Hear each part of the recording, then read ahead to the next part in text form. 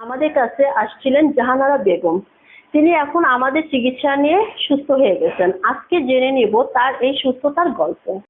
ছিল মানে শরীরে ব্যথা, তারপরে হাত পা নাড়াতে পারতেন? ব্যথা ছিল, হাতও পড়ে গেল।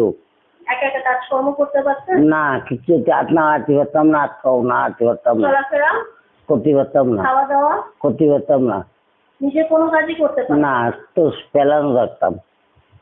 তারপরে আপনি এখানে আসছেন। হয়, তারপরে এখানে এসে আল্লাহ আমার সুস্থ করি।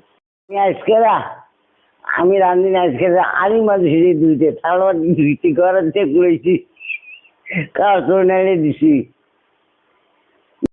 হাঁটি হাঁটি আগে তো শুয়ে মানে হয় হয় আপনাকে ধরে নিয়ে আসতো, হয়। সেটা আপনি একা একাই এনে একটা কাজ পেয়েছি ভাই।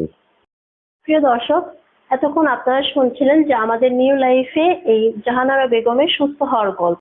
এখানে এরকম আরো অনেক পেশেন্ট আসে যারা চিকিৎসার ফলে অনেক সুস্থ হয়ে যায় এবং আমরা প্রতিনিয়ত তার গল্প আপনাদের সাথে শেয়ার করে থাকি। তাহলে দর্শক, আজকের মতন আমরা শেষ করছি আমাদের এই অনুষ্ঠান।